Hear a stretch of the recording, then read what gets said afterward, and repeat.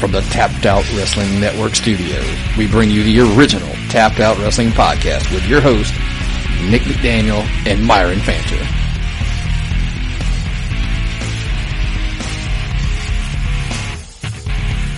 Well, hello, ladies and gentlemen. We have a very special edition of the show. I am, of course, Nick, and as always, I'm joined by my buddy Myron. Good evening, folks. How are y'all doing tonight? Well, we're doing good, Myron. We love these shows. This is one of our top 10 shows. We love doing these. I just feel like we don't get to do them enough. I think that's our biggest thing. Well, we don't want to do them all at once because there's only so many things we can top 10. Right. But so this one has been one that we've been wanting to do for a while. Yeah. And with the recent news of the Rock and Roll Express going into the Hall of Fame, we were like, man, we've been talking about doing this top 10 tag team show for a while. Yeah, that turned the fire up on the stove, definitely. Yeah, so we were just like, man, let's just go ahead and pull the trigger and let's just do this. And so, of course, here we are, going to sit down and we're going to chop some wood, as we might say, and we're going to see where our differences lie on our tag teams. We kind of did our own list. This time, kind of outside the box, we just said there's really no rules or guidelines. It's just your top 10 tag teams of all time. It could be your favorite. It could be who you thought meant the most of the business, etc. So there really wasn't any guidelines. So we just kind of freestyled on the, top 10 of what we wanted to put on there. Yeah. All promotions were on the table. All the old territories, any time period. There were no limits period whatsoever put on this. So let's just dive right into the pool, man. And I'm going to let you start at your number 10 and see who you got. Number 10, one of the most significant tag teams wrestling today. The people who've held the tag team belts to WWE longer than anyone else. Well, it's a New Day. Yes, it is. Nice. They're active right now. They've got the huge run, the 483-day title run, third longest in ever in the WWE. I mean, behind Bruno Sammartino and Lex Luger. Lex Luger had the number 2 reign, 523 days with the United States Championship, and that was a gimmick run. To go with the Lex Express, I would believe. But if he was U.S. champion, that's WCW. Oh, you're right. Sorry. Yeah, anyway, go ahead. I keep forgetting everything. Blurred in. Everything is one now. We all are together. Yeah. So I think the New Day are very important to the entire tag team picture because they are a consistent team. They have all the old. They were heels. They were faces. They hit all the old gimmicks. They're above the top. They're funny. They sell a ton of merchandise. And right now, they're the standard setters for active tag teams. How about you, Nick?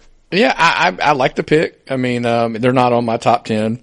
The funny part of that whole, when you think about that gimmick they've got, those three basically were put together because they just didn't have anything else for them. Yeah, no spark, nothing going anywhere. And those three lobbied in the back to get it, just to be put together. They were just kind of like, why not? I mean, that's just crazy. But they turned it into a big deal, man. They made it to a merch machine. Yep. So as I'm sitting here staring at a box of Bootios on my recording table, so I guess I can't knock it. I mean, it's I guess maybe I just had so many other things going. I made a list, and my list was at 25 before I knew it, and so I started chopping backwards from that. So they were on my 25, but not on my 10. So but I won't fault you for the pick because like you said, they do have that longest reign. They beat the Demolition record. So so from the significant standpoint, I could totally see that. My 10's going to probably surprise you a little bit. Because a lot of people told me that they were like, this would be higher on the list, and for some reason they just weren't. I have Edge and Christian at 10. That's a good solid pick. I actually thought about putting them on there, and there's a lot from that time period, just as a aside coming up for me, that made my list. Edge and Christian didn't make the list. It wasn't a slight. It wasn't me not intending to put them on there. It's just I just packed my list really heavy, and they slipped out. They were a phenomenal tag team. Yeah, and Edge went on to be a phenomenal solo act. I think Christian's probably an underrated singles act, to be honest. One of the all-time underrated singles performers. But yeah, to come in, they came in as they were part of the Brood with the whole Gangrel thing. Yep. And somehow, man, they broke out on their own. Went on. I mean, they're good. Think about it. They're good for some of the best matches in those TLC matches. I mean, but then the comedy they did. I mean, let's back up. I mean, for a matter of fact. Oh yeah. I mean, they won Match of the Year 2 years in a row. 2000 and 2001. Yeah. The first one was, they shouldn't say the first one. Both of them, they had some dancing partners because they were both, it was the ladder match at WrestleMania 2000 and then the TLC match at WrestleMania 17, which most people go on the record and tell you that was the match of the card. Mm-hmm. And you're talking about a card that had, can't even speak, Rock Austin at the top. Yeah. So that's insane. So I guess it was because of the comedy, because of the action. They did it all. They were faces. They were heels. Mm-hmm. They just, that run was so amazing in that whole time period. With the Hardys and the Dudleys. I mean, and those guys were seven times the tag team champions of the world. That's crazy. Well, that was a great time to be a wrestling fan, especially a tag team wrestling fan. Because the WWE had three of the best all time at once competing. Yeah, I totally agree. So that totally, to me, reeks of awesomeness, right? Is that what we would say? So yes, I believe that would totally reek of awesomeness. I totally agree. So that's my number 10, man. So we will follow up with your number 9. My number 9 is an impression from me. It's an impression from WCW, watching it on TV prior to NWO. It's going to be the Steiner brothers, the Dog-Faced Gremlin, the future Big Papa Pump. Those guys wrestled together forever. 20 years. 10 years definitely together as a tag team. 10 tag team titles. They were the first tag team to hold the WWE, or WF at the time, the WCW and the IWGP tag team championships. A very complete tag team. Two guys that worked together phenomenally. They had a lot of good moves, very technical, power, speed, agility. You just can't go wrong with those two. That was back when Scott was still mobile. Yes. The Frankensteiner and a lot of the suplexes thing. He became kind of a immobile. I mean, he was just a brute strength guy towards the end. And, to me, this is a shame that's where a lot of people remember about him. Mm-hmm. And not, the long black hair, teaming with his brother. He was phenomenal back then. Absolutely. And I totally will not knock this pick because they are on my list. But they're higher on my list. So I'll cover my side of it when I get to there as well. So, but they definitely, I totally give the nod to them being on the list. The first title they won, they defeated the Freebirds in Atlanta. Yeah. In 89. You don't get any bigger than Freebirds in Atlanta in 89. No, they went right down to Bad Street and took the titles from them. But yeah, definitely, I got a feeling we'll probably hear both of those names a little bit. As we climb the list. At my number 9, this one was really hard. I almost didn't put them on my list and then almost kicked myself for not putting them on the list. Mm-hmm. It's the British Bulldogs. Oh, that's a really good pick. I didn't have them. They were on my short list to get in, but man, it got crowded right there. They were great. Yeah, and that's kind of the crazy part was I almost left them off. I don't know why. And it just kind of was back and forth. And one of the disclaimers that I was battling with, do you realize they only were the World Tag Team Champions in WWF one time? Yeah. I mean, that's what took me for a minute that I was like, I could have swore they were the champions more than that. Well, they were there. They were so for like common at the time. Well, yeah, they were there was a ubiquitous. 4-year run where they were at a lot of people would consider the debate we just talked about, that golden era of tag team wrestling with the Hardys and Edge and Christian and the Dudleys. Yeah. You kind of backpedal up a little bit to that era where you had the Sheik and Nikolai Volkov, the Hart Foundation, Brutus Beefcake and Greg Valentine were a team. Mm-hmm. You had the Demolition. So there was this whole group of tag teams there during that period that kind of, I would say, would rival that same, era that we were talking about just now with the Edge and Christian group. Mm-hmm. But just, man, the matches they put on with the Hart Foundation, I mean, Dynamite was just so, powerful. I mean, just that quick. I mean, he was the smaller of the two, but the snap he had on his suplexes, just, I don't know, it just kind of like, in my era, when I was younger watching the WWF, they were my team, because everybody liked, between the Hart Foundation and all the others, for some reason, the Bulldogs, maybe it was the Bulldog, to be honest with you, who knows? They were a great team. And they were everywhere, and they had a great style. They were very mobile men. They're very strong men. Had a little bit different look. Very captivating workers. A great tag team. I really would have liked to put them in there, but I kept stacking heavy. And but I remember watching them as a child, watching them on the WWE programs, because they were a pretty big push, man. They had a pretty big push to only have the title one time. So, well, that was back in the day when you won a title, you typically held it for a while. Yeah. And so that's kind of why. Yeah. A lot of times, everybody's like, well, why did they only hold them for one time? Well, because typically when you won a title, you kept it for like 9 months because you only had 3 pay-per-views or 2 or 3 pay-per-views a year. So it wasn't like you were defending it every single month or whatever. So that's kind of why. So that's my pick at number 9, British Bulldogs. Who you got at number 8, man? I'm going to go with the team that the New Day surpassed as far as the longest title hold winners. They have the second longest title reign, but they have the most combined days as tag team champions. Demolition. And the main reason I picked Demolition ahead of the New Day like that is because Demolition's been around since '87. They're not really wrestling these days, but because they're extremely old.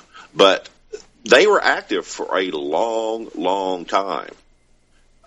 They were active at least from '87 on, and they made a big deal. They were a new look of a tag team. Everybody said they were rip-offs of the Road Warriors, but they were a big, power, scary team for a kid growing up in Alabama, and they made a huge impression on me. I thought they were great. They feuded with all the big names over the years. They had Andre and Haku, the Brain Busters, the Powers of Pain. They were everywhere. So those two guys, to me, show huge in my recollection of tag teams. And the face paint and the masks and the Road Warrior looking outfits were just very impressionistic to me. I thought they were great, and they were kind of scary. And I actually, a lot of people kind of grow frustrated with me when, everybody thinks, oh, they're Road Warrior ripoffs. I just think they just weren't. I don't know why. I just always looked at them like those guys typically would wrestle more. The Road Warriors just kind of ripped through everybody. Yeah. And I just thought they at least seemed like they could put on a more of a match as far as, and I, by no means I'm a dog in the Road Warriors, as you'll find out later. But it's just, and then like I said, because they worked with the Hart Foundation, they had those, they're just the same thing, but they didn't make my list. I mean, I can sit here and toot them, blow their horn, I love the team, love the pick. They just didn't make my list. And it's really hard when you do these lists, and especially when we do these all-time lists. If you talk about time periods or promotion specific, it makes it a little bit easier. But when you start talking and all a lot the of time, these are going to be what I got exposed to, because the reason I picked Demolition over the Road Warriors is because with the Alabama TV wrestling market when I was growing up, I saw Demolition. I didn't really see the Road Warriors. I saw occasionally, but they weren't on any program. They weren't on we didn't have the Superstation. We didn't get the exposure to them that a lot of people did. Gotcha. Makes sense. So, but yeah, How about you? love the pick. So then we go to my number 8. Mm-hmm. This one I know has got to be on your list, and I chuckled when I put it where I did. I've got Matt and Jeff, the Hardys. Yes. Definitely on my list. So, I mean, it's we kind of already addressed that time period of, the Edge Christian, Hardys, Dudleys. They kind of brought with that wave of wrestling, that Team Extreme label they brought in, when they came in and had Lita, they're diving off, swantons and this and that. Matt always seemed to be a little more on the ground, but, even him, he had the leg drop off at the top. So, but yes, just crazy stuff like that. They're still an active tag team too. Absolutely. Nearly 20 years in the business. That's insane. Yeah. And I mean, I don't even want to rattle off all their titles. I mean, because if I start rattling them off, you'd have to name federations no one's heard of. Right now they hold 5 or 6 belts. Well, yeah, they were 6 times. They were the WWF / the World Tag Team Champions. One time WCW World Tag Team Champions, which was obviously in, the WWF. That's when those belts had worked their way over. I mean, they've been TNA Tag Team Champions, NWA Champions, I mean, just you name it, MCW, which is they currently have those belts, believe it or not. All-Star Wrestling, Crash, House of Glory. So they have all these titles, and right now they're making a run. I mean, when I mean a run, they're making a run for a lot of the indie feds, tag belts and stuff like that. I just think it's amazing that they are still able to walk. Because they were the highest flyers of the high flyers. Maybe just their bodies are pickled at this point or preserved in some fashion. The last match I saw them wrestle was at their compound where Jeff came off one of those crane ladder type things that they used to change light bulbs and stuff in football fields. Yeah. It was insane. I mean, they even were, we always like to rattle off some stats here. They were the tag team of the year in 2000, which was kind of their their run. I mean, they feuded with the Dudleys, with the Edge and Chris. I think that's probably somehow, some way, in any history books, that's what you're going to hear. Mm-hmm. Those 3, are just going to be joined at the hip. Yeah, they're always together. I mean, they had matches, obviously, because during that time period, you had, again, it wasn't just those 3. I mean, you had APA, all these, so there was the other groups in there, but just for some reason, that time period, when we look back, that's kind of what we think. So. Yeah. So, but that's my number 8 is the Hardys. And like I said, they're still building their legacy. They're not even done yet. No, they're amazing. Yeah. I mean, so now with the whole broken Matt Hardy and the Brother Nero and all that kind of, that's a whole different world out there. And it's creative. And I mean, some people love it. I mean, I think it's hysterical. I'm starting to worry how long they can run that angle. But that's my pick at number 8 is the Hardys. Who you got, man, at number 7? This is a wild pick, man. 1992, this team was discovered in Texas by Skandar Akbar and went on to hold the WCW tag team titles a total of 10 times. Harlem Heat. They work great together. Love the pick. Did not make my list, but go ahead and I trust. They're on the outside. I told you I made that list ahead. They're on the outside. Booker T is amazing, and Stevie Ray. I don't really know what went off to Stevie Ray. I really enjoyed watching these guys. They were a powerhouse team, and they set a lot of stuff. They set the standard for black tag teams or African American tag teams in the wrestling business. And I don't think New Day would be here, and I don't think New Day would have gotten the shot they got had these two not made it so legitimate. Man, these guys were amazing. they took on everybody the WCW had. The Outsiders. They had Sherry Martel as a manager. They defeated Bam Bam Bigelow and Canyon one time. They fought the Wyndhams.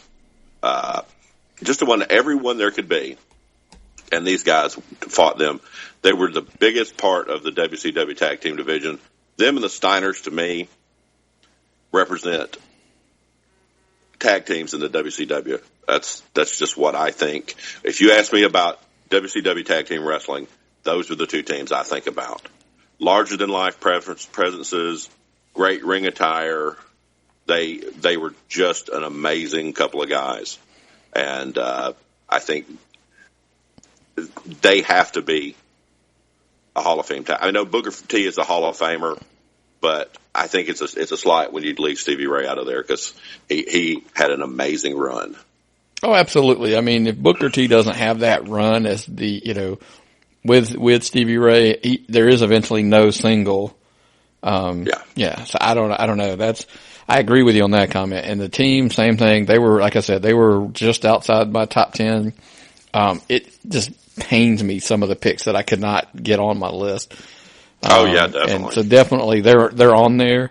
And to think that, but your typical tag team, one breaks free, goes on to, into even bigger and better things, and one kind of fades away. And unfortunately for Stevie Ray, that, I think everybody saw in that tag team that as they progressed further and further, that Booker T was the guy. And he had it, and he went on to become, the five-time, WCW champion. And he even had a great run in WWF/E at the time.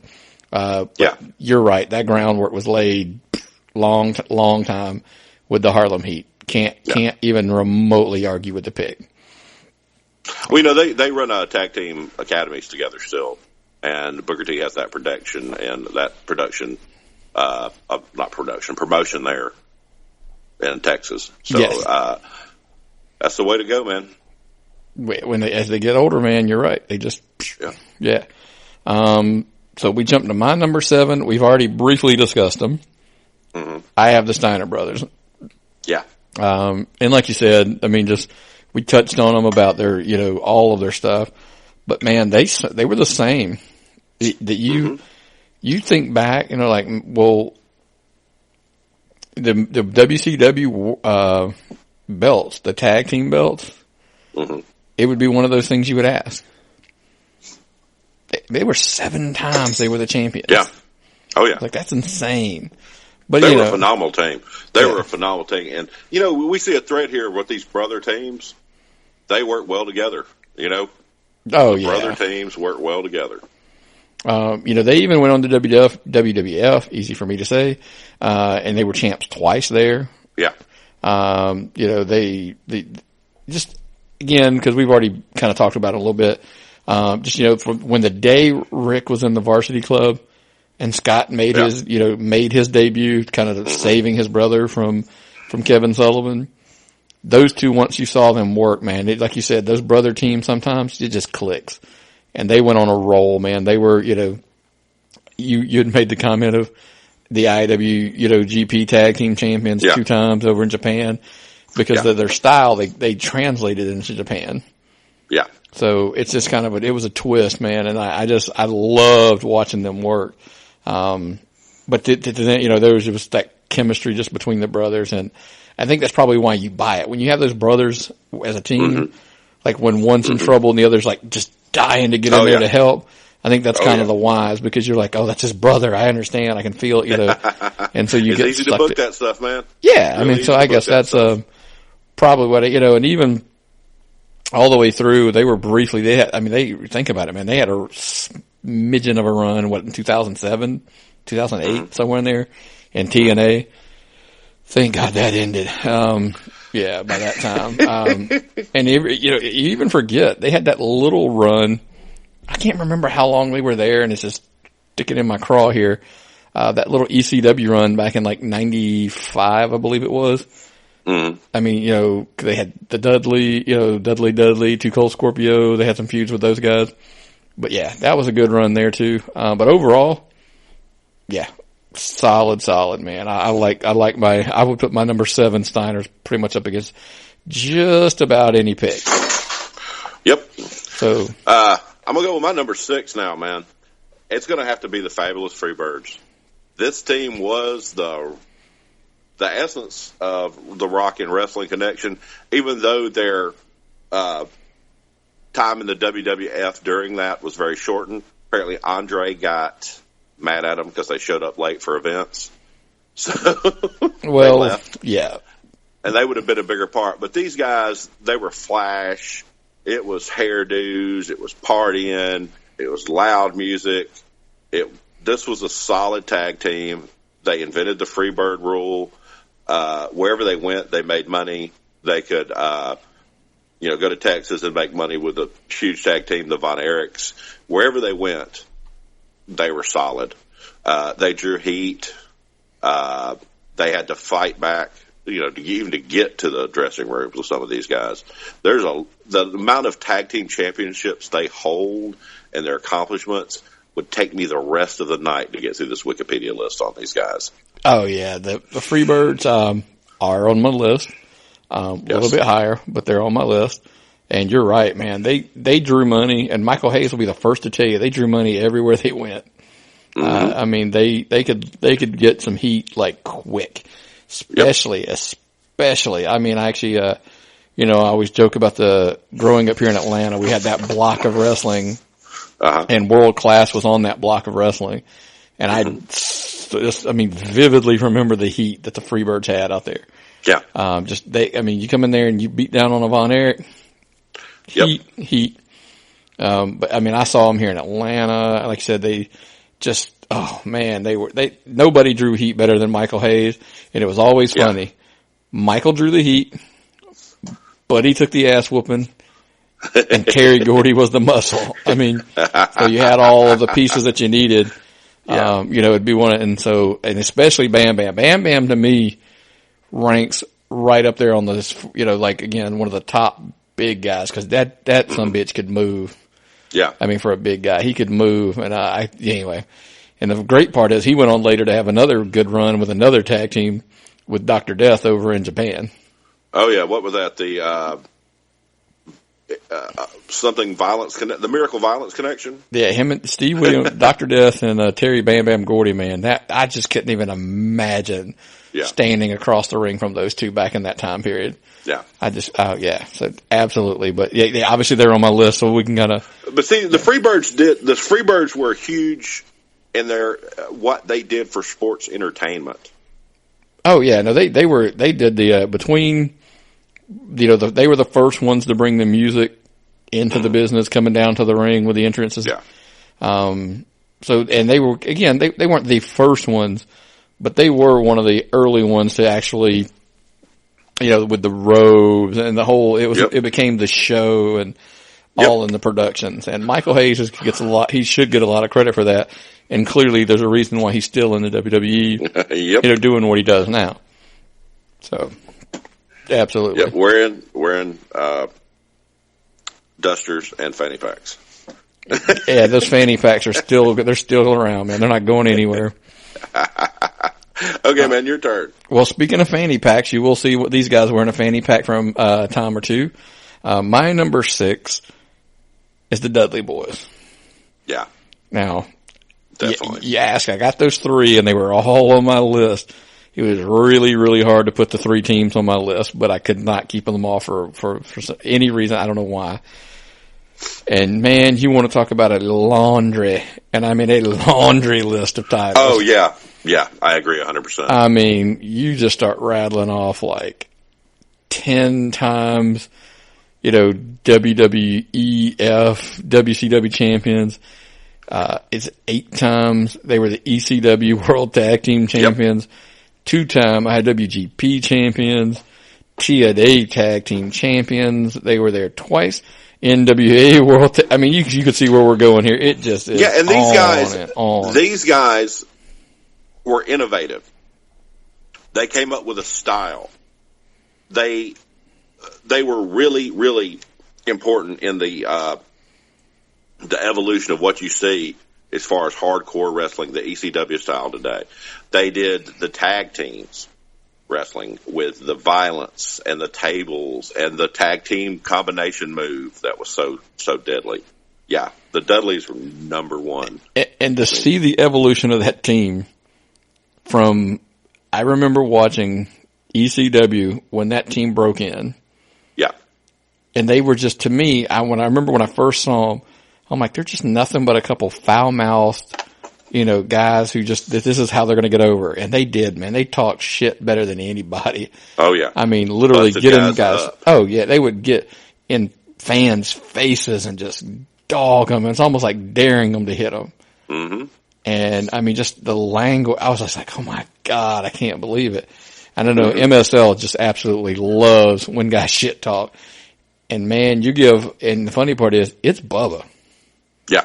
Bubba, man, you hand him a mic and just turn him loose, he's insane. Yeah. Now, that being said, they evolved as they progressed through time and got to the WWE. They kind of reined it in a little bit as far as the promos because they had to. They didn't have a choice. Yeah. But the matches didn't, man. We already said it now. I've said it twice. Now it's going to be the third time. They were 2001, 2000s match of the year with the Hardys and Edge and Christian. But here's the little thing. I actually did not know this. Well, I knew the first one. They were Tag Team of the Year in 2001 and then 2009. So there was an 8-year gap. That's a long time apart. Because they also were PWI's Tag Team of the Decade from 2000 to 2009. Yeah. That one I didn't know. So that one, it's kind of like, oh, wow, I did not know that. Mm-hmm. So that's, I just think their history, they are the most decorated tag team in not in WWE history, professional wrestling history. Now granted, they had the whole advantage of being in an era where titles did change a little more frequently. But still to hold that many titles is just absolutely insane. Mm-hmm. So I agree with you, man. And I think for the record, the WWE recognizes them as having the World Tag Team Championships 24 times. Yeah. So, I mean, that's a pretty impressive stat that I don't know if we'll ever even see anybody get close to, even at the record pace they're changing titles now. So, especially if New Day stays around. Yeah. Yeah. Well, New Day did manage to soak up all that time with the belt, so yeah, we'll have to see how that goes. So, who you got at number 5, man? Number 5, I'm going to go with an emotional pick. I'm going to go with the team that were the prototypical heel tag team with the greasy little manager. A team that actually formed twice and both had greasy managers. We're talking about the Midnight Express. At one time, there were 2 Midnight Expresses wrestling. Yeah. One managed by Jim Cornette, the other one managed by Paul Heyman, or Paul E. Dangerously, as he did his heel manager with his Zach from Saved by the Bell cell phone, which probably did not have service in any of the areas he was working at the time. No. These guys hit every small town. These guys hit every circuit. They worked nonstop, traveled all over the Southeast, the South, the lower Midwest, all around the coast, down into Texas, Louisiana, always on the road, always defending their heel persona out there. They had tag teams, championships, tons of championships. Hard to keep up. I mean, I've got another one of these guys that you go on their Wikipedia page and there's so many tag team belts. They're tag team belts you didn't even know existed on there. Yeah, and then there's all the incarnations of the teams. The other issue that you have, because then you're kind of bouncing. Well, that's the thing. They managed to switch people in and out and still remain a dominant tag team and still keep the heat. So I think these guys are basically a throwback to a time where wrestling was different, where the heels were heels outside the ring. Inside the ring, everywhere you went. This is back when the heels and faces had separate dressing rooms. These guys were basically the example of what tag teams should be and how they should act.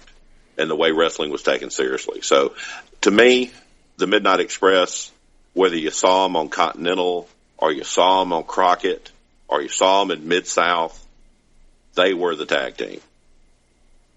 And history. You probably notice I'm rather quiet because they are on my list. I absolutely 100% agree with you. So that's why I've been quiet and let you have your say, because you're right. We're going to come up on them. And I got the kind of feeling, when we get to these upper ones, there's some similarities there at the top. But, I totally, Midnight Express, I would put them right there with just about anybody. Yeah. Just because they're just such a phenomenal tag team. And at one time, every tag team had to be called Express. It seemed that way. It did seem that way. So I'll address them when we get to them. Because now I'm going to probably throw in probably one of my more controversial picks, at number 5. Yes. The Road Warriors. And I don't think that's that controversial. Well, when I say this controversial is I know most of my friends are going to tell me they should be way higher on this list. Most people consider them the best tag team of all time. Mm-hmm.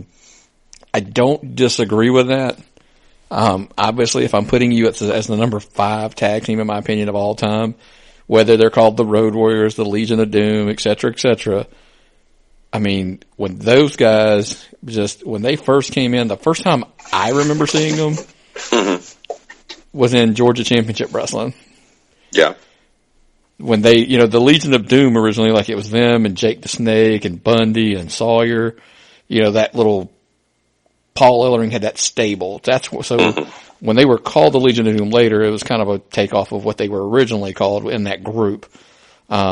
But geez, man, they were just monsters. They didn't sell for anybody. I mean, they came in. They didn't sell the racket.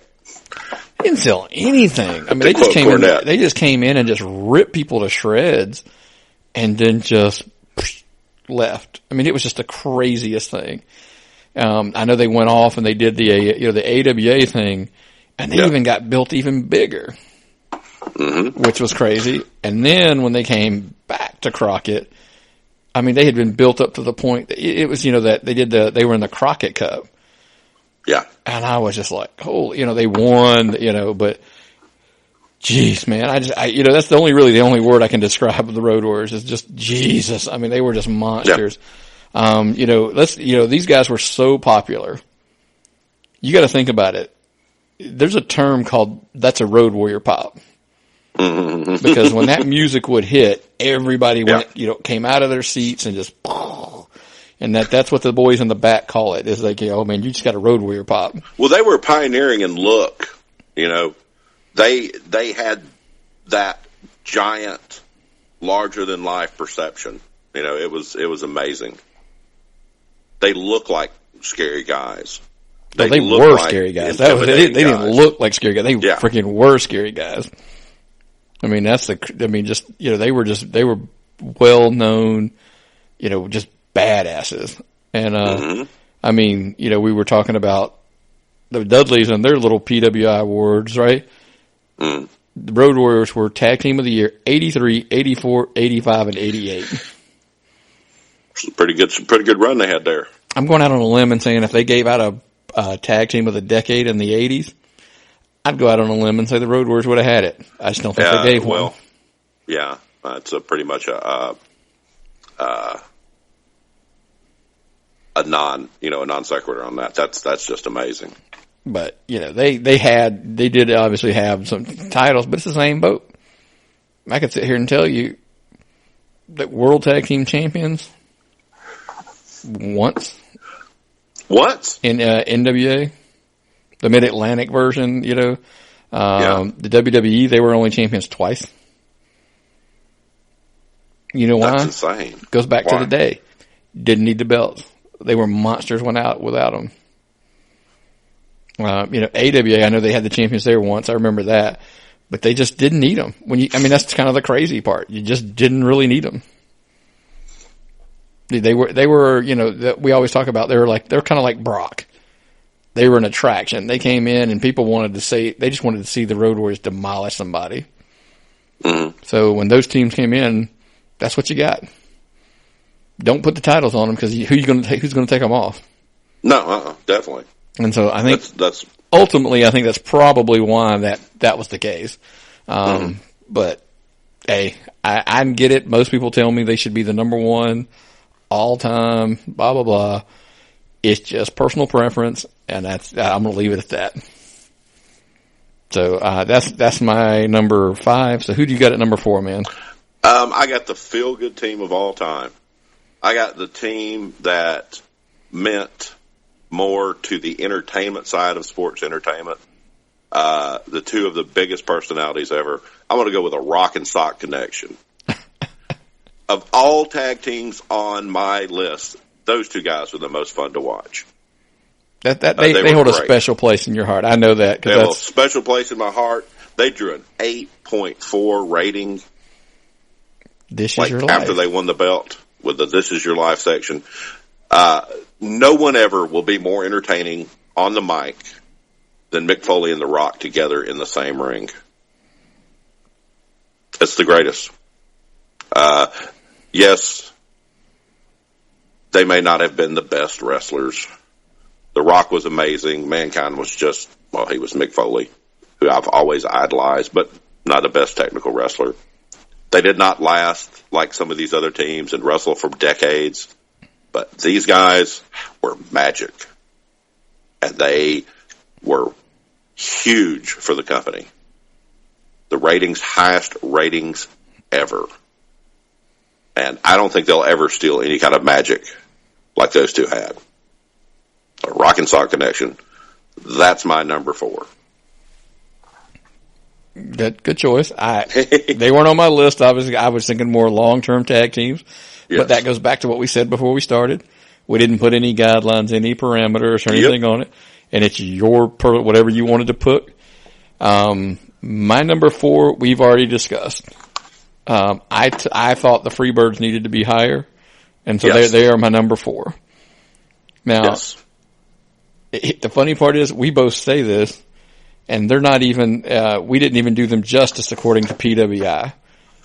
Pro Wrestling Illustrated had Michael Hayes and Terry Gordy ranked number 3 of the 100 best tag teams during the PWI years back in 2003. So I know that's been a while, and there's been some teams like the Edge, the Christians, and etc. But if you go from 2003 and back, there were still some pretty damn good tag teams.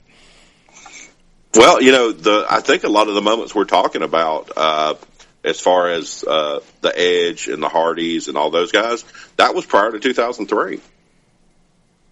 Yeah, I mean they were, that was 2000, and some sort of, but still you're right at that edge. So I mean to sit there and say like, well, they were still kind of back. And like you said, I mean, just the belts, the UWF, the World Class, the NWAs, the WCWs, all of those, just on and on and on.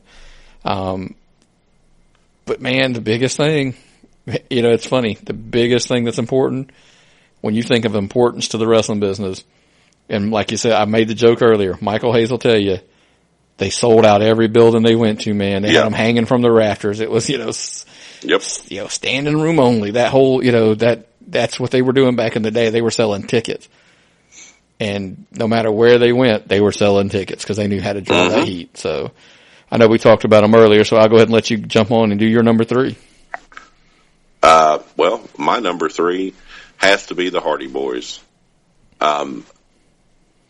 The people who are capable of breathing life into the carcass that was TNA, and of all the stuff they've done, and all the different places they've done it, and all the amazing matches, these two guys saved a promotion from the brink of death until someone could come in with the money to bail it out.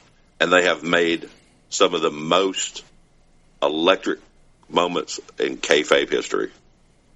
So I think the Hardy Boys are amazing. They're not that big, heavy team like I typically, they're no giants, but they got talent. Oh, yeah. Talent. Well, there's no doubt they're talented, but by no stretch. I mean, And, I know there's a rumor floating that they're going to, bail on TNA and eventually make their way back to WWE. We'll see. I hope they also bring the greatest Gardner in tag team wrestling history with him, Senor Benjamin. Can't go without him. That's my question. I don't know if the WWE takes them back.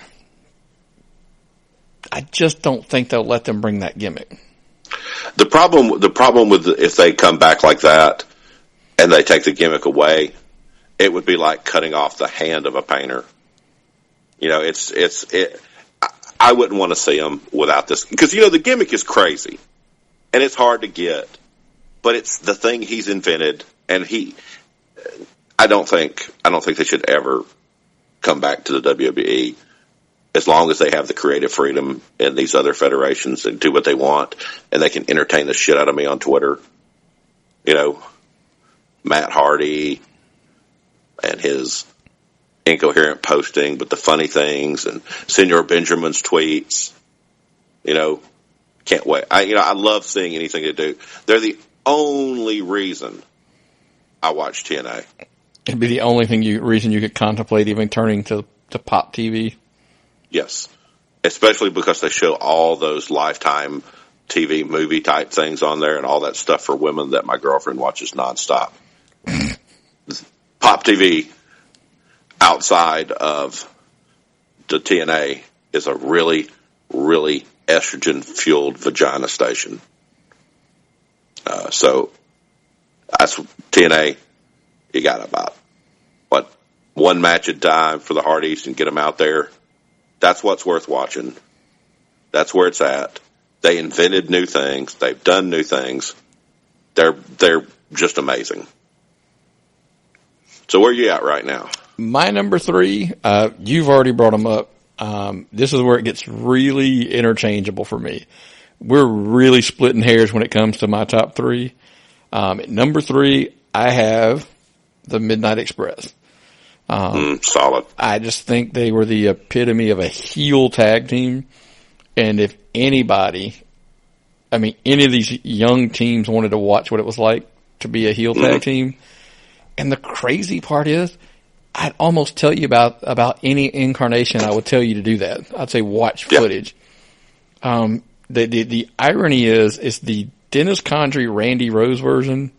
I have an affinity for, just for the sheer fact that I've met Randy Rose before. Well, that's cool. Back in, there was a promotion here in Georgia called Deep South, not the WWE version that came later. That's the Steve Lawler, Randy Rose, Ranger Ross era, which I just probably spoke Greek to like 90-something% of the country. Because we're talking about, it was a Georgia promotion. So that, I did like that version. But my favorite incarnation of it all was, and it's weird, I guess, is the Bobby Eaton Stan Lane version. That's the one that's kind of the one that stands out, even though, even though Dennis and Bobby kind of really brought them to the dance. They were together longer than Stan and Bobby, so, but I think they had kind of hit their pinnacle. So, and you're right, that feud was classic. I thought it could probably have gone longer and got more out of it. And so if I sit there and tell you that, obviously that, the Stan Lane and the Bobby Eaton version is my favorite, they all held tag teams. They all had so many. It's just a crazy thing. But they were tag team of the year in '87. But back in the day, it was either basically you were talking Midnight Express, Road Warriors, team to be named later. That kind of thing. And just, this is one of the teams that I cannot believe is not in the Hall of Fame. Honestly, I think the main thing keeping them out of their Hall of Fame is their association with Jim Cornette. And God bless Jim Cornette, but he's controversial as it gets. I agree. I just wish, and this is just me, I wished for 3 months, I don't care what it takes. He could just put, his foot in his mouth or something. Because I believe, because you remember, Bobby just had that, incident, here. Yeah. And I mean, Bobby could use it. Stan could probably, I don't know if they could say use it's the word I'm looking for, but they all deserve it. Yeah. And man, I don't care if you tell me you're putting in all 4 of them, Rose, Condrey, Lanes. Yeah. If I was a betting man, I'm going to tell you that it's probably going to be Stan Lane and, Bobby Eaton's the version they put in. Mm-hmm. Whatever. But Jimmy needs to, at least for the other guys, maybe kind of. Jim is one of those guys that, they say everybody eventually comes back to the WWE and makes their peace. Yeah. It's going to be harder with him than any human being on earth. Yeah, because Jim Cornette didn't burn the bridge. He napalmed the damn thing. He doesn't stay at any promotion for a reason.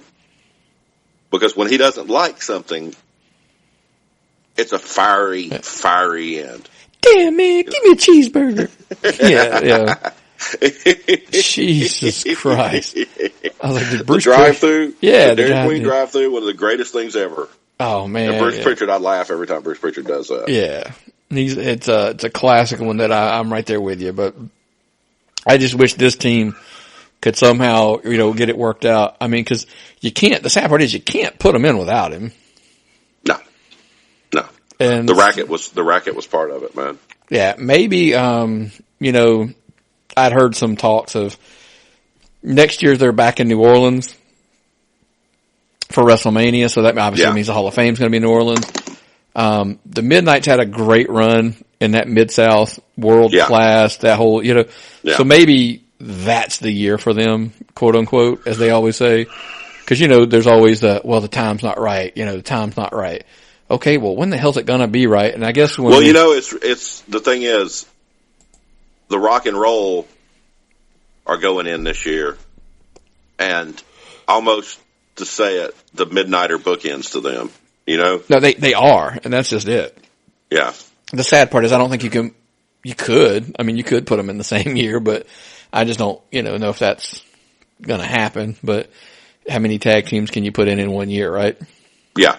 So anyway, the Midnight Express is my number 3. Man, that brings you to your number 2. My number 2 is the Dudleys.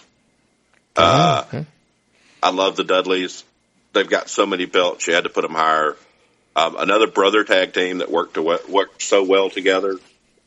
They were the man. I used to dress up as Bubba Ray Dudley when I went to things. I love those guys.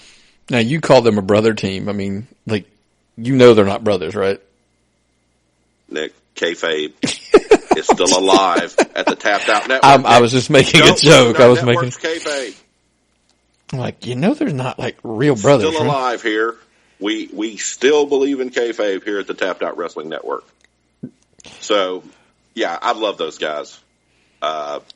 They were here, there, and everywhere.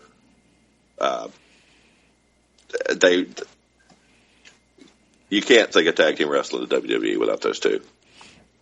Oh, I agree. Well, the field is dwindling quickly. And who do you have it to? At my number 2, you briefly addressed them. I went with the team going into the WWE Hall of Fame this year, the Rock and Roll Express. Well, I'm going to go ahead and hedge and tell you that's my number 1 team. I figured it might be. If I hadn't heard them by now and they weren't on your list, I was going to somehow reach through the Skype machine and choke you if they weren't on your list. We can go, on and on and on. And we, matter of fact, did. Recently on a show, we talked about them. Between Crockett, NWA, the Mid-South, and all of those areas, they just, God. If you're listening to our podcast, I'm gonna pull a Conrad Thompson. When you're done, your homework assignment is to go and listen to the podcast that Steve Austin had Robert Gibson on his show. And now I know it's recently. This is we're going to go behind the scenes a minute. There's no telling when we recorded this versus when you're hearing it. So I'm not going to say he recorded it last week or 2 weeks ago or when I listened to it, but you should listen to it. He's telling stories about just how hot this team was. And, he said there and he's like, I'm not trying to brag and I'm not, but he was like, man, they used to have to put cops at the end of their driveways at their house. Yeah. I mean, chicks just diving on cars. And he told the story of he bought a, God, I can't remember. He bought a Trans Am for somebody and put like a $10,000. It was just some crazy paint job or something ridiculous on it. And he's like, I drove it to the building and just thousands of people were out there waiting and they all like were jumping on the car and like, and he's like, he's honking the horn and they think he's like going, yeah, and he's yelling, going, get the hell off my car, get the hell off my car. And so he's like, he goes, we're the reason why they ended up putting the fence around the parking lot in the Charlotte Coliseum so we could get in there and not destroy our cars. Maybe the reasons why they went with bigger barricades inside the Coliseums too, man. I mean, because they were over, dude. They were so over that every tag team there was tried to be them. Okay? Jerry Lawler invented these people. Okay? But they took it on themselves and became the biggest faces ever. Ever. Ricky sells, Robert gets hot tag. It was just, they worked together better than anyone ever worked together as a tag team. And I don't think there's anyone that may ever work together as well as those two have. And the crazy part about that is I think at one point they were not meant to be a team. Robert was teaming with his brother. Mm-hmm. His real life brother, Ricky Gibson. And then he would go on to, obviously, after there was a car accident. Again, this is part of the reason your homework assignment is to listen to the Austin podcast, because there's lots of little really cool tidbits about Robert and Ricky Morton's careers. But to hear stories like, it was just a crazy, they're all jumbling in my head at one time, so I'm trying to get them all out. It was just crazy to hear things like they were in Memphis, because you're right. Lawler kind of invented the Rock and Roll Express. Jimmy Hart claimed some of the responsibility for the name, but the actual as the gimmick goes, Lawler kind of gets the credit. But they weren't really going to push him. They had the fabulous ones, mm-hmm. which, Steve Kern and Stan Lane. Yeah. And so that's why they ended up leaving there and going down, because, you had, Watts came in, all these guys were coming in. Jarrett was there, obviously. Eddie Graham had came in and they were all like, these are the guys you need to be pushing. And when they didn't, they were supposed to go to Florida. Eddie Graham died, so they end up going to Mid-South instead. Mm-hmm. Now, some people might say good, bad, or whatever. Well, that's when they started running in later into that tag team called the Midnight Express. Yep. And their careers just shot after that. Oh yeah. Again, shoved old Jimmy's face into that cake. Yeah. And, you go back to the whole, how many titles they win. It's not, the stack of titles that they have, that's where now they have promotion, territory titles out the wazoo. Mm-hmm. Out the wazoo. They were tag team of the year at 86. So when you start doing some math, it was either the Midnight, it was the Rock and Rolls, or it was the Road Warriors. It seemed like pretty much to the chunk of the 80s. Mm-hmm. And they're obviously all on our list. All three. And even a matter of fact, I know I referenced that 2003 PWI years, 100 tag teams. They got number 4. So that's still a pretty impressive, when you look across now. Of course, they were my number 2. And obviously you said they were your number 1. Yeah. I mean, I didn't get to see them as much because of my limited wrestling exposure in Alabama. They were in Continental, so we got to see that. The Rock and Roll, the high flying, the metal music, the tassels. That's a huge field they pioneered.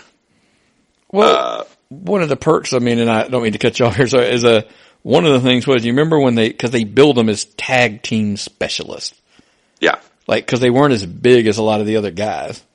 Mm-mm. And it was one of those like, well, they may not be as big, and one-on-one, they might not be able to beat them, but man, you put them as a tag team, they can beat anybody. Yep. Mm-hmm. Yep. They made a huge impact on the tag team business. It's still felt today, you know, they're teaching. Both of them have teaching schools, and occasionally they still wrestle, believe it or not. So, okay, Nick, let's close it out with your number one. Well, my number one's pretty obvious at this point. You've already referenced them once. Obviously, you know, you've joked about it, how highly I think of them. I just, for some reason, and I can tell you, obviously, the whys, the heres, and the hair, you know, the whys, whatever. You know, call them the Brain Busters, call them Tully and Arn, whatever you want. They're my favorite tag team of all time. Mm-hmm. And it's pretty simple. I think it's just because they could work with anybody. It was two workhorse singles wrestlers that when they put them together, they just clicked. Well, yeah, they're half of the Four Horsemen. Yeah, they got some pretty good credentials, man. Well, I mean, yeah, they were, you know, as individuals, they were, you know, running down world TV titles and the national titles is what it was called back, the NWA national heavyweight title, the U.S. heavyweight championship. They were burning through those. You know, Arn, and this was the hard one, because Ole and Arn were on my short list. I just sit there and looked at it and goes, can I really have Arn on here twice? I just brought it to myself that like, okay, I can't have him on here twice. And this was just, to me, the team that I wanted him on. Because, you know, they typically, obviously, they were heels a majority of the time, but man, it just broke my heart when, you know, cause they had all that run. They had the NWA run. They were 2 times, they were the world tag team champions. By the way, the reason I left that blank in '89, they were the tag team of the year. Yep. So, you know, they did go on and they did do one WWE/F tag team run as well. But just as far as the sheer talent in that ring, because I'd put Arn up against, people laugh when I say this, and I think they're nuts. When it comes to just in the ring, and then, you know, the promo work, I put Arn up there in a singles with anybody. Oh my God, yeah. Arn was amazing. And Tully at one point was better. You know, he shot himself in the foot with the failed drug test. You know, and I'm sure there was some backstage politics in it and all that kind of stuff. Well, back in those days, the drug testing was not like it is now with a publicly traded corporation. It was not put in. You know, they were already announced to be leaving when they drug tested those two. Yeah, and then so they had contracts. Was it Crockett they had contracts with to come back? It was the NWA, yeah. They had the contracts to come back. Then that's when Tully failed the drug test. And then word gets back to them. Back. They don't take Tully and they screw Arn on the contract. But they didn't drug test him in the WWE until after they said they were leaving. So it wasn't like it is now. It's a shame. That's half of the Four Horsemen. You don't get probably the two of the most dominating members of the Four Horsemen. The only two, if I were to pick two other, for my Four Horsemen, are those two, Flair and I would have to go with Wyndham. Yeah, those are my favorites. I agree. It was the group that went into the Hall of Fame, and I wholeheartedly agree. I know a lot of people say, well, like Ole founded it. I mean, the best pure Horseman group that wrestled was Tully, Arn, Wyndham, and Flair, hands down.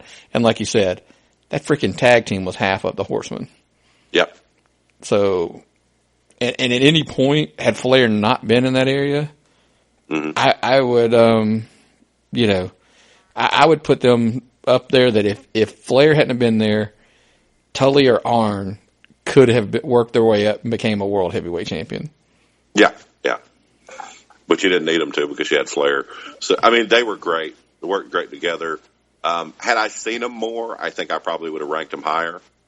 But they're, like I said, that's another team that escaped my reach. Flair was a delicacy when you watched the Continental.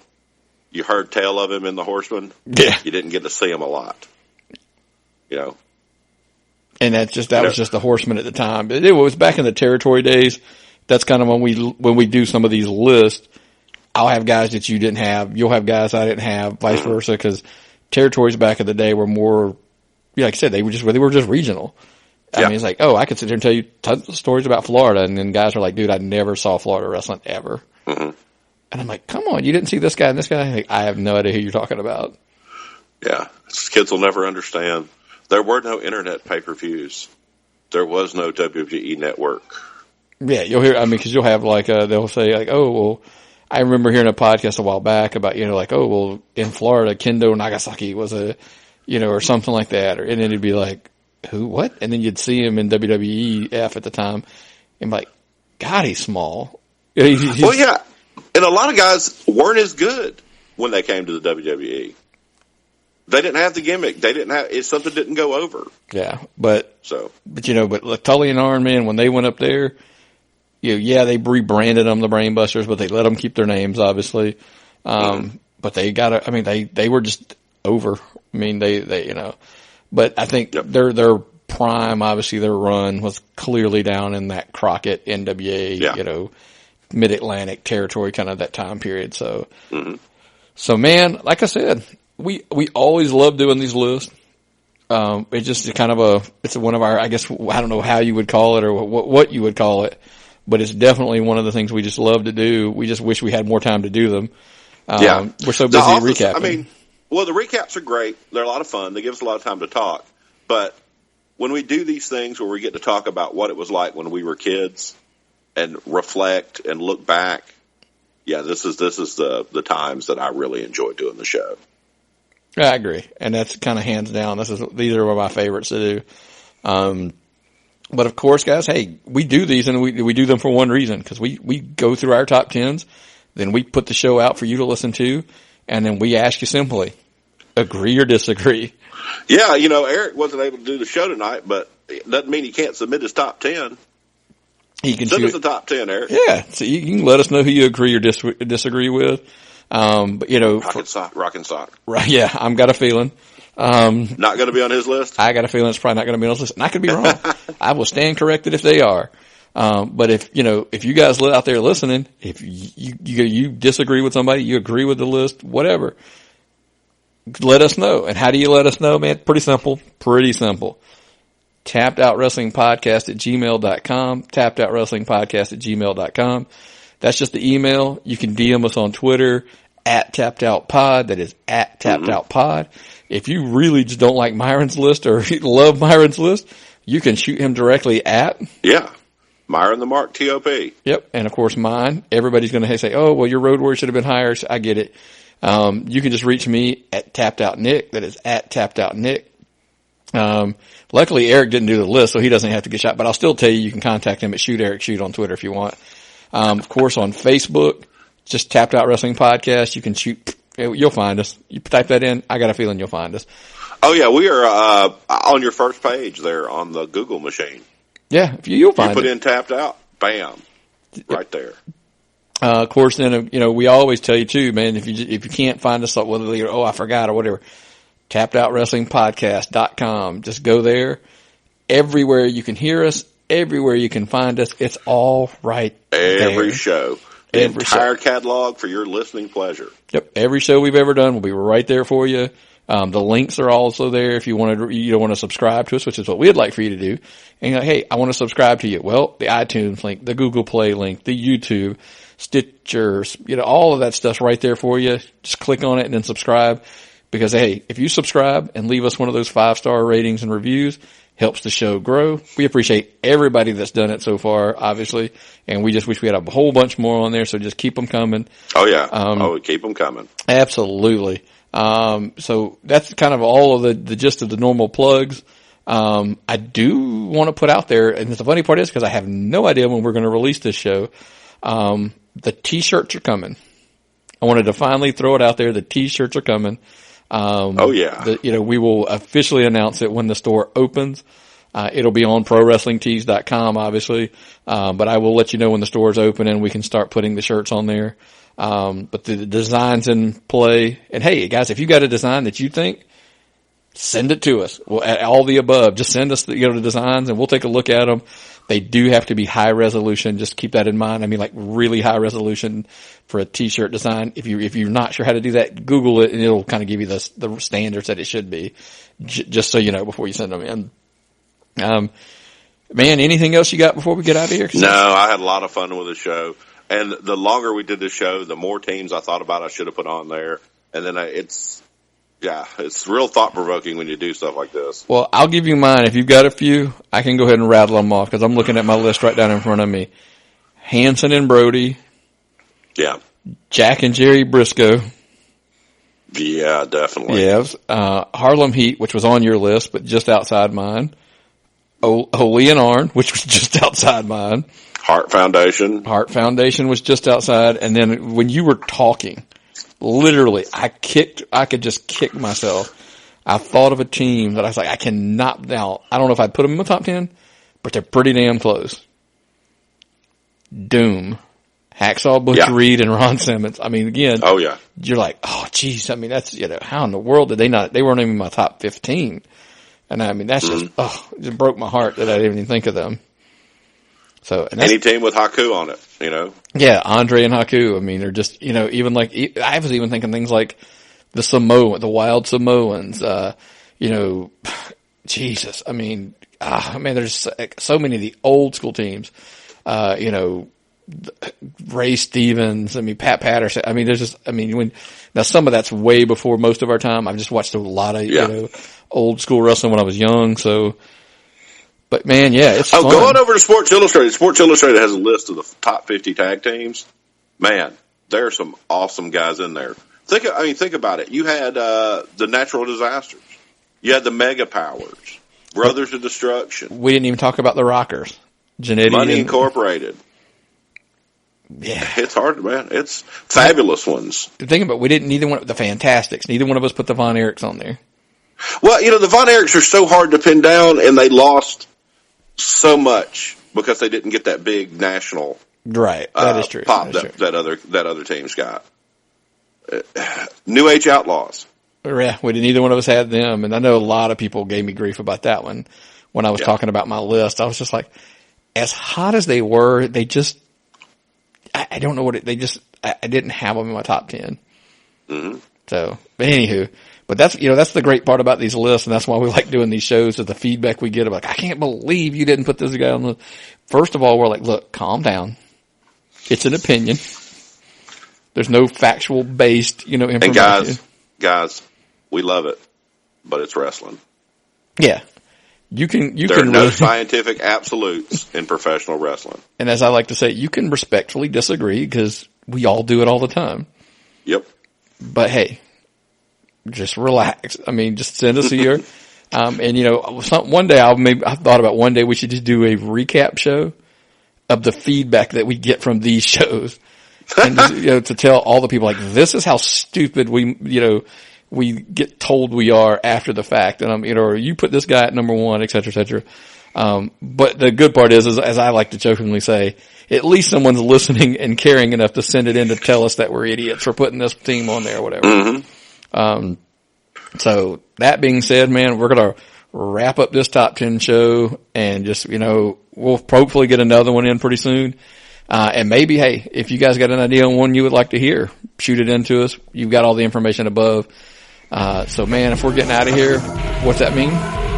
It's time to tap out.